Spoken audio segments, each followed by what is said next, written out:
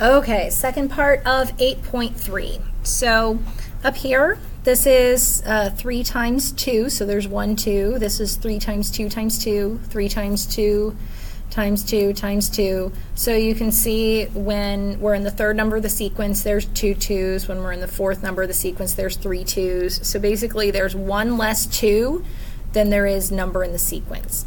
So it's going to be 3 times 2 to the n minus 1 power. So if we're looking at the 10th sequence, 10th number in the sequence, I want 9 2. So it's going to be 3 times 2 to the 9th. And if I want the 20th, it's going to be 3 times 2 to the 19th. So I went ahead and put those in my calculator, and I got 1,536 for this one, and I got 1,572,864. Okay, so I was looking at making explicit formula for my geometric sequence. Okay, so I think we might have talked about this problem in class before. You win a really strange lottery, and you've got two choices. You can receive 1,000 on the first day, 2,000 on the second day, 3,000 on the third day, and so on. And that's an arithmetic sequence because you're just adding $1,000 every day. And so on the 30th day, you would make $30,000. That would be your payoff. And for option 2, you have 1 penny on the first day, 2 pennies on the second day, 4 pennies on the third day, so basically it doubles. So this time you're starting off with 1 penny, and then you're going to multiply it by 2 to the x minus, or the x minus 1 power, because for the first day we would be multiplying it by 1, which would be 2 to the 0 power, and the second day you would be multiplying it by 2 to the first power, 2 to the third power, or 2 to the second power, and so on.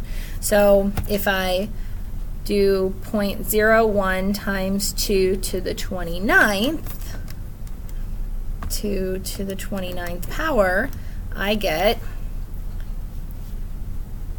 $5,368,709.12.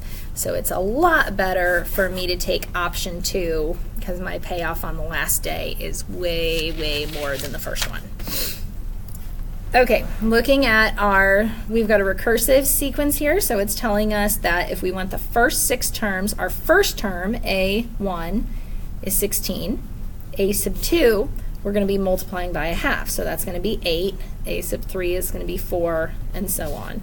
So if this is 1, 2, 3, 4, 5, 6, we're going to start with 16, which is up here.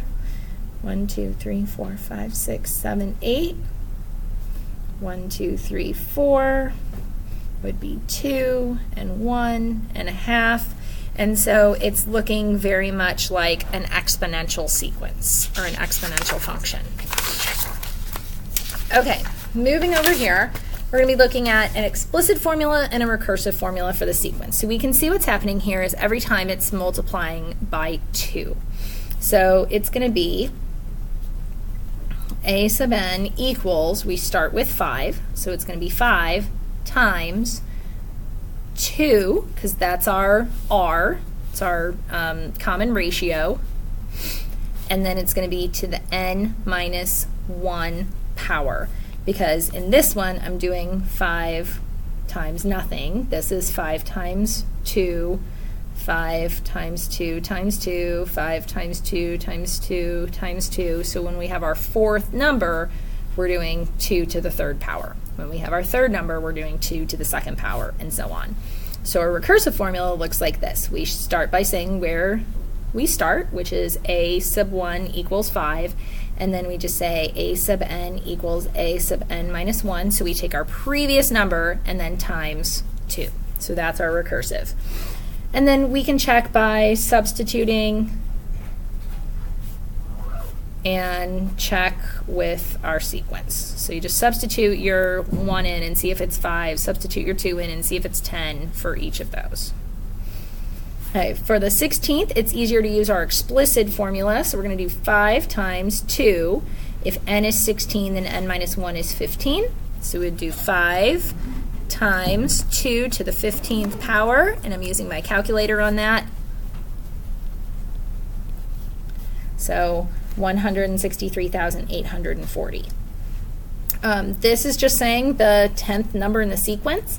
So I would take 5 times 2 to the 9th power, and I would get 2,560.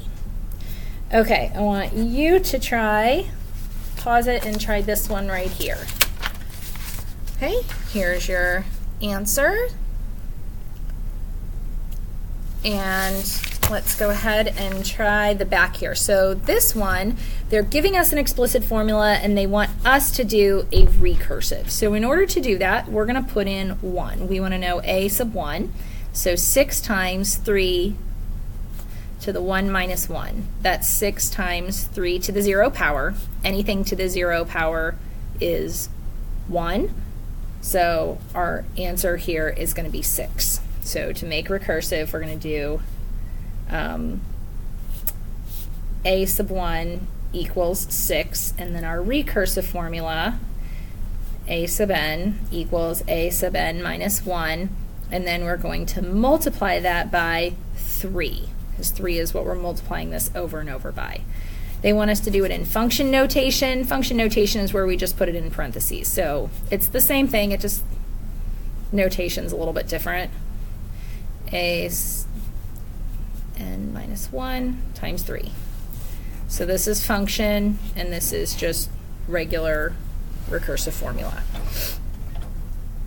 Okay, in this one, which formula is more efficient when you're calculating terms such as the 100th or the 250th? The explicit, because if we do recursive, we have to do everything in between. So if I wanted to find the 100th, I would have to do everything from 1 to 99 to get to 100. But if I do explicit, I can just skip straight to 100. Okay, I want you to try this one right here. So pause it and give it a try, and come on back and check your answers.